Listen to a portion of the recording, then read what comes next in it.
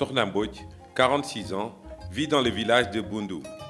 Son brevet en poche, elle décide de quitter l'école pour se consacrer à un petit commerce de vente de glace. Quelques années plus tard, elle décide de se lancer dans la riziculture avec une parcelle d'1 hectare. Aujourd'hui, elle dispose de 3 périmètres de 25 hectares, 23 hectares et 30 hectares dans lesquels elle produit du riz et des semences de riz. Comme des dizaines d'exploitants agricoles, elle a pu développer ses activités grâce aux réalisations du programme Compact du Millennium Challenge Account Sénégal.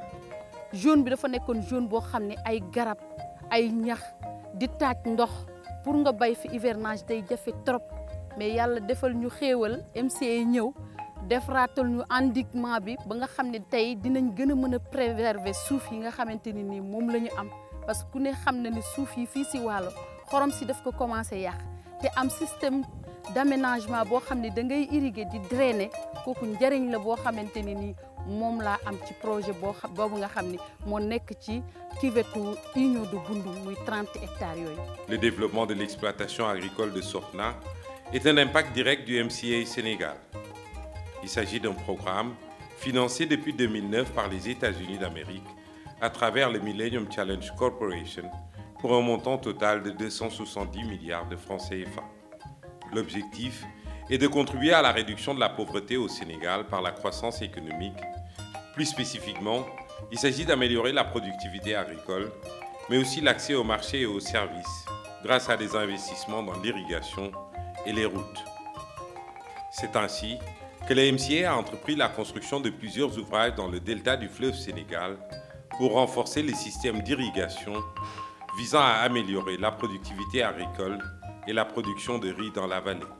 ndox mi dafa daan baarewu ndox bu bees bi bu ñëwee ci grand fleuve bi du mën a agsi si ñun ndax ñax bi mooy baare ba nga xamante ni duñu gis pour ñu bala ñuy gis ndox mu bees mi day fekk presque tool yi mi ngi ñor ndox bu màggat bi nekkoon ci tool yi boobu la ñuy am muy yàq tool yi gàncax bi ni mu war a baaxee du ko baaxee mais ak travaux MCA yi tey ndox bi nekk ci dex gi couleur boobu tey boo xoolee fii couleur boobu ngay fekk ci biir dex gi muy njëriñ boo xamante ni am nañ ko ci MCA bi. Le MCA a réhabilité 181 km de linéaires d'axes hydrauliques et 39,8 km de linéaires de canaux de drainage. Grâce aux ouvrages de Rompre et de Mboubel, les débits ont été améliorés. Cela a permis l'accroissement du volume d'eau d'irrigation et l'intensité culturelle. Pour moi, après l'indépendance, il n'y a pas eu un programme aussi bien. Bien fait et rapide. Mais ce que MCA a fait aujourd'hui, ça se va à l'œil. Vous avez les canaux qui sont là, vous avez les drainages, vous avez même des bâtiments qui sont construits par les populations, vous avez des animaux qui ont aujourd'hui l'eau sans être loin. Tous les paysans qui sont prêts à travailler, aujourd'hui peuvent travailler. L'approvisionnement en eau potable a également été pris en compte comme ici à Bango, où un ouvrage permet une meilleure gestion des flux dans les réservoirs, sans oublier les aménagements qui permettent aux populations locales de laver leur linge en sécurité. Dans le département de Podor, un important ouvrage hydraulique a été construit dans la cuvette de Ngalenka pour augmenter le volume des eaux d'irrigation et freiner le risque d'abandon des terres à cause de la salinité. Avec 25 km de canaux hydrants, 450 hectares sous système d'irrigation amélioré ont été rendus disponibles. Ainsi, les réalisations du compact devraient permettre d'atteindre la production de 277 000 tonnes de riz de paddy irrigué dans quelques mois, soit 18,5% des besoins alimentaires en riz du Sénégal, contre 102 000 tonnes actuellement. Le riz constitue 45% de la consommation alimentaire au Sénégal. Il y a donc un enjeu de sécurité alimentaire pour réduire les importations. C'est le sens de la stratégie d'autosuffisance en riz à l'horizon 2017 élaborée par le gouvernement.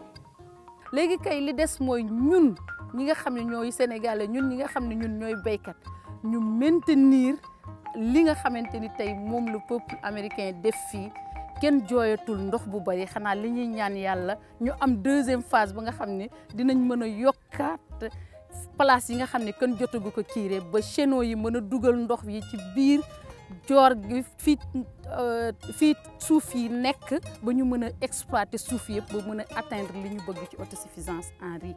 Grâce à l'augmentation des superficies et une infrastructure d'irrigation améliorée, l'autosuffisance en riz est à la portée du Sénégal. Au-delà du riz, la production de tomates et d'oignons devrait aussi être nettement améliorée pour peu que les potentialités soient exploitées. Moi, avant que les CMC arrivent, ce qu'on appelle mise en eau, c'est-à-dire quand on va irriguer pour semer les champs, il fallait au moins. Cette année, j'ai fait une semaine pour faire ça. Donc l'eau est là. Ce n'est pas seulement elle est là, mais elle est bonne. Regarde les parcelles, comment ils sont homogènes. Si j'étais un ingénieur mieux que je suis aujourd'hui, j'aurais des champs plus belles que ça. Mais mon intelligence arrête que là. Vous voyez comment, regardez comment c'est. En somme, les investissements dans les infrastructures hydro-agricoles devraient améliorer les revenus de 22 390 ménages, soit 260 000 personnes. Les superficies exploitables vont également passer de 21 400 hectares à 56 600 hectares pour la production de riz, de tomates et d'oignons, selon 3 cycles par an. La disponibilité de ces nouvelles surfaces augmente l'attractivité de la vallée du fleuve Sénégal avec une pression foncière qui est source de conflits. C'est pourquoi le MCA a mis en place des outils pour assurer un espace foncier sécurisé et faire de cette approche un modèle à appliquer dans tout le pays. En collaboration avec les élus locaux et les autorités administratives, le MCA a développé des activités pour formaliser l'occupation des sols et maîtriser l'espace grâce à la cartographie. Ainsi, un manuel de procédure a été mis en place, de même qu'un plan d'occupation et d'affectation des sols a été élaboré. Le PAOS est un outil, comme son nom l'indique d'ailleurs, c'est un plan d'occupation et d'aménagement des sols qui permettait aux collectivités locales, particulièrement aux ex-communautés rurales, de délimiter les différentes zones. Parce que quand nous entrons dans une commune, présentement je veux dire, la vocation des terres diffère selon le type d'activité.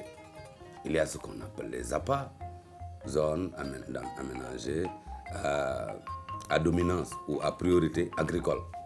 Comme ça peut être zappé à dominance élevage, ainsi de suite. Et ça nous permettait de bien clarifier les choses. Parce que de plus en plus, nous vivons une période où on est un peu à l'abri de ces fameux conflits qu'on vivait, conflits entre agriculteurs et éleveurs. Si chacun se cantonnait dans la partie qui lui a été réservée, ce serait sans risque de problème. Pour gérer ce système, un agent chargé du foncier a été recruté dans chacune des 9 communes. Beaucoup de choses ont changé. Vous le voyez même par rapport à l'organisation de ce bureau qu'on appelle le bureau foncier. Avant l'avènement de MCA, si vous me permettez, il n'y avait même pas de fonds de dossier, presque fonds de dossier. Il y avait ce qu'on appelle un chaos au niveau du foncier. Aujourd'hui, vu l'organisation de ce bureau foncier, tout est matérialisé et on tend même vers ce qu'on appelle une information foncière. La réforme a introduit l'utilisation du GPS pour avoir une localisation exacte des terrains et éviter les doublons ou les installations aléatoires et approximatives. Pour qu'on vous donne, octroie une parcelle, il faut que vous demandiez. Et avec cette fiche de demande, on a des renseignements sur le demandeur, on a un dossier foncier. Dans ce dossier foncier, l'espace ou la terre, la parcelle dont l'occupant va occuper, on a ce qu'on appelle les coordonnées géographiques. Et ces coordonnées géographiques, il y a le GPS que MCA nous a donné qui nous permet d'avoir les coordonnées exactes de la personne où on installe, de là où on installe ce qu'on appelle l'occupant. Et là, ce qui nous permet, demain, si l'occupant nous dit que sa parcelle c'est ici, les coordonnées géographiques vont nous édifier. Ainsi, 63% des litiges ont pu être résolus entre 2013 et 2015 et plus de 2500 dossiers de formalisation ont été traités rien que dans l'arrondissement de Rao. Aujourd'hui, 260 personnes ont été formées dans les 9 communes du Delta et de Podor à la dynamique organisationnelle, le genre et le foncier. En plus, ces collectivités disposent maintenant d'un système fiable qui permet de trancher les éventuels litiges et de déterminer avec précision la situation foncière dans tout l'arrondissement. Les dossiers fonciers que vous voyez, c'est ce qu'on appelle le CIF manuel. Tous les documents que l'affectataire a fournis pour avoir la parcelle sont dans ces dossiers fonciers. Dans la machine qu'on appelle le CIF, le système d'information foncière, il y a toutes les informations numériques. Cela nous, et il y a une parfaite coordination entre le CIF numérique et le CIF manuel, ce qui nous permet d'avoir des informations sur tous les affectataires.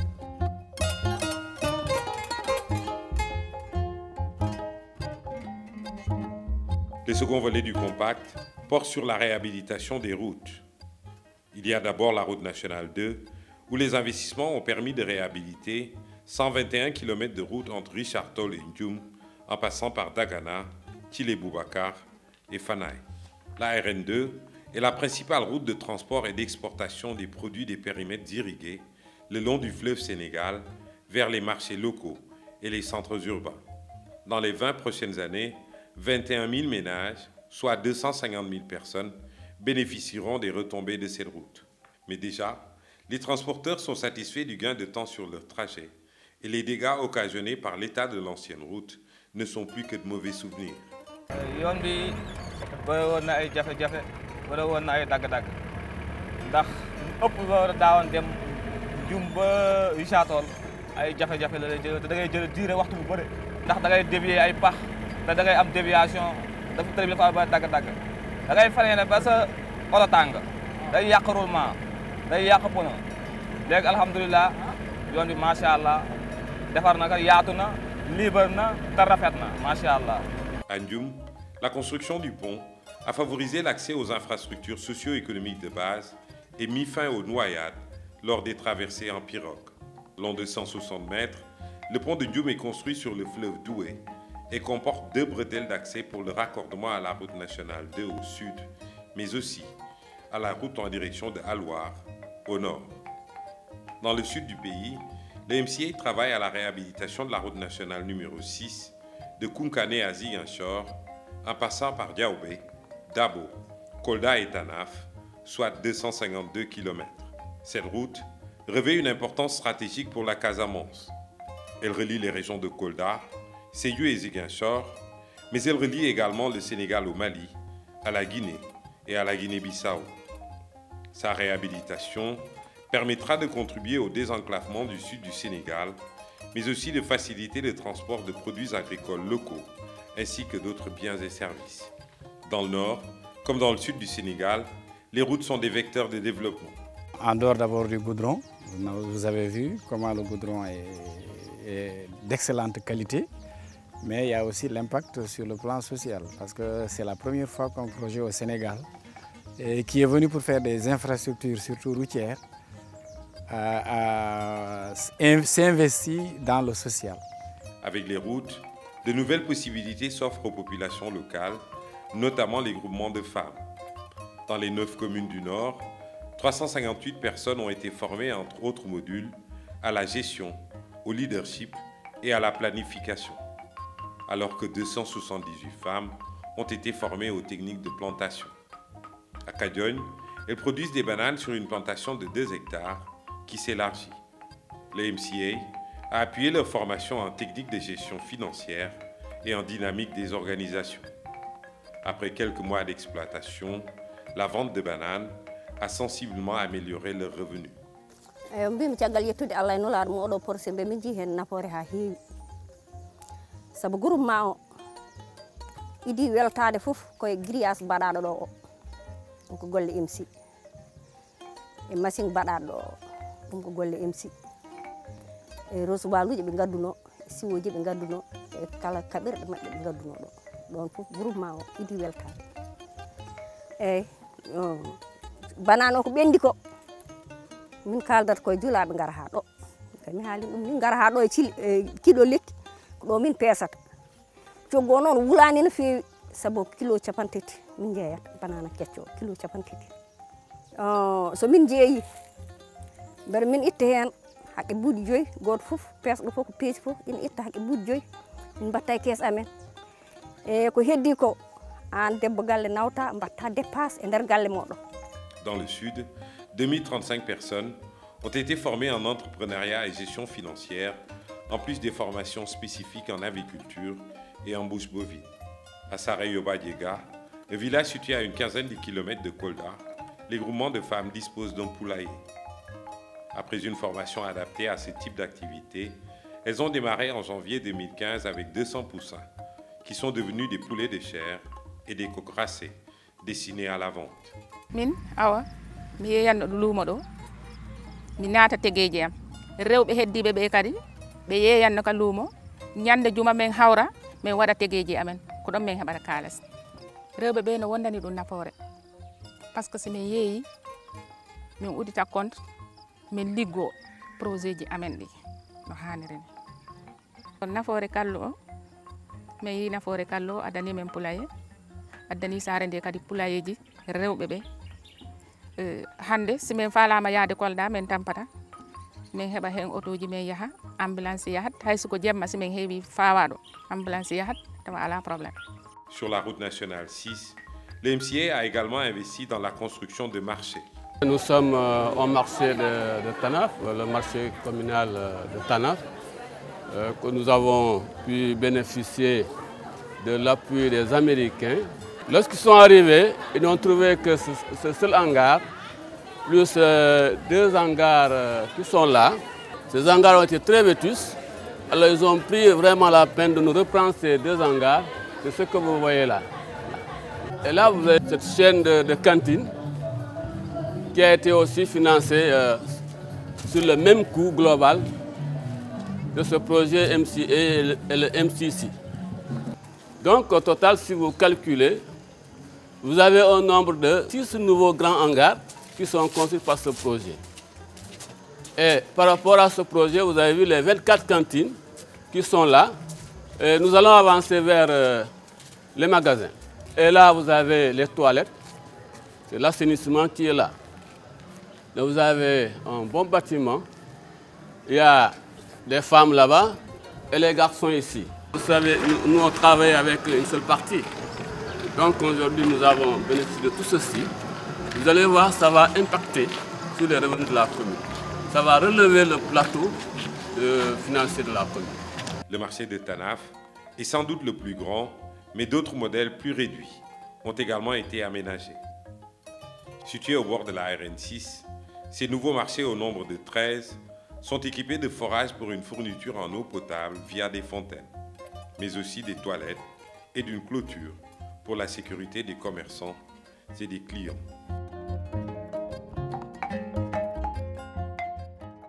Avant l'école, c'était ça. Il y a le tableau, les tables bancs, et il y avait 54 élèves. Il y avait une classe multigrade. Et aujourd'hui, l'école est là. Avec l'MC, vraiment, ça a été vraiment changé complètement. L'école est là maintenant. Le MCA a construit et distribué des fournitures de base aux élèves. La construction de 2 salles de classe et d'un mur de clôture a eu un impact sur les inscriptions. L'année devant, on avait recruté 12 élèves. Mais cette année-ci, on a recruté 46 élèves. Qu'est-ce qui fait ça? C'est qu'avec les constructions, avec les murs de clôture, là, ça pousse la population à venir à l'école. Au total, 24 écoles dans le nord du pays et 35 dans le sud ont été clôturées, car elles sont en moyenne à 100 mètres de la route.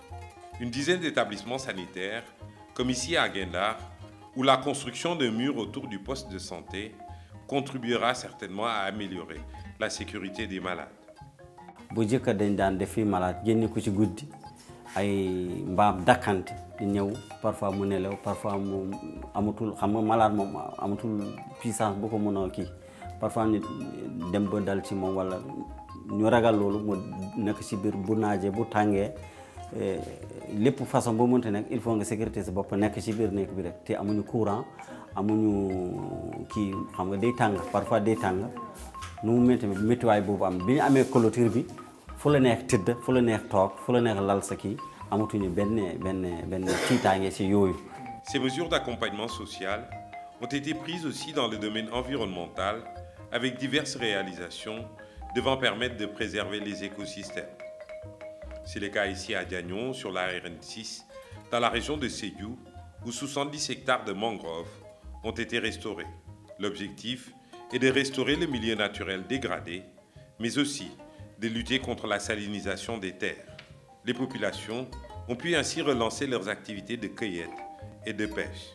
waaw liggéeyam bi gis nañ ci njëriñ te gis nañ tamit suñ doom yi ni ñuy den napp ni taa yoo jën du fa den am waaye bii buñ ko jiwee fii si noor bi sax jën lu mu amee si tefes fii ëpp na parce que léeg-léeg bu ñu demee nii ñetti kii nu mu tuddati kii nu mu tuddati oto yu ndaw yi dañu ñëw fii sarse fii jën yi mag yi sax daan ko jàpp fii waaye depuis ñu jiw lii jën yi mag yi dañ koy jàpp fii sa doom bu jógee kër ga tee mu ñëw mu dem napp ji bu fekkee jën am na loolu yëpp suñu njëriñ la parce que léeg-léeg bu ñu ñëwee jën yi mag yi bu ñu ko sarse fii oto bu ñu ñëwee benn suur sa doom ñeneen ñi dinañu am ñeent fukki junni ñaar fukki junni ñeneen ñi am juróom benn junni ñeneen ñi am juróomi junni loolu yëpp suñu njëriñ la bokk moo tax lii buñ ko jiwee fii ñun ñi nga xam ne ay jigéen nañ kontaan parce que suñ doom yi dañ ciy liggéey bu ñu amee ñu ñëw ñu jox ñu loolu rek kontaan boobu rek doy na sëkk ak barke. L'accès à la zone était difficile, notamment en période hivernale. C'est pourquoi la MCA a construit une piste de 2 km permettant aux villageois de pouvoir se rendre sans difficulté au bord du fleuve. Dans cette zone, des plantations d'alignement ont été effectuées avec plus de 3600 plants de mélina. À Simandi Balante, toujours sur la route nationale 6, plus de 600 plants de flamboyants et de cordia ont été plantés pour fixer le sol et protéger contre les vents. Aussi bien dans le sud que dans le nord, les zones d'emprunt sont réhabilitées. Dans la commune de Bokhol, à quelques kilomètres de Dagana, des mares pastorales ont été aménagées pour éviter que les troupeaux de vaches ne se déplacent du Djeri vers le Wallo. Sur le site qui fait 4 hectares, 400 anacardiers ont été plantés. La gestion des mares et du bosquet d'anacardiers sera transférée à la collectivité. Tous ces ouvrages d'envergure ont eu un impact sur les populations locales qui ont été sinistrées ou déplacées en raison des travaux. Les personnes affectées par les projets ont été prises en charge et dédommagées à la hauteur des préjudices. À Kolda, la construction du pont Abdoul Diallo a entraîné le déplacement des commerçants jadis installés sur l'emprise de l'ouvrage.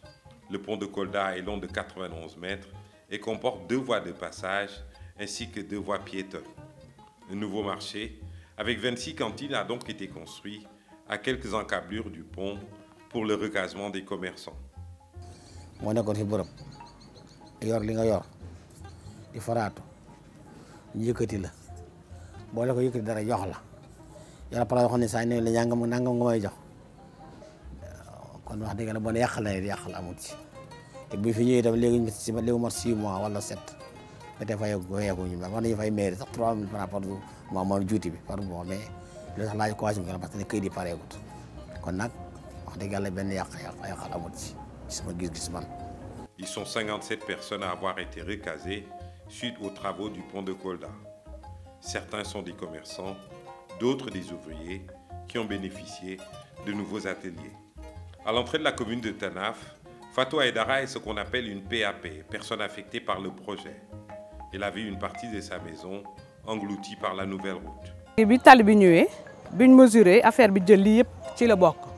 ñu fii presque dañ mujjee defoon fii boutique ñu tëj ko liggéeyatul woon gars yi ñëw def seen enquête def seen recherche def seen démarche ki yëpp après ñu ñëw ñu ne ñu après nañ leen jox ndàmpaay bon par la suite après ci lañ ma woo benn jour ñu ne ma ñëw leen seen xaalis bi génn na nga ñëw jël seen ndàmpaay pour ñu mun a continuer waat suñu defaraat suñu kër gi après mun a reprendre activité boutique bi nii.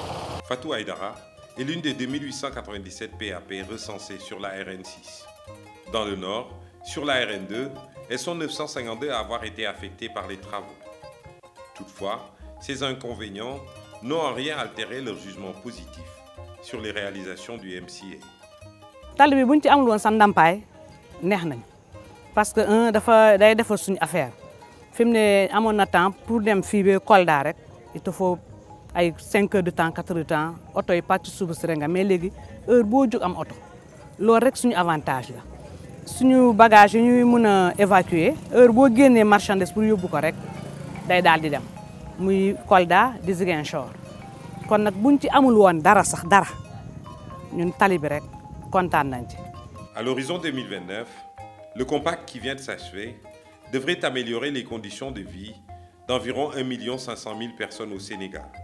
En alliant construction de routes et projets de développement le long des tracés, Le MCA a développé un concept original qui a remporté l'adhésion des populations qui souhaitent déjà un second compact.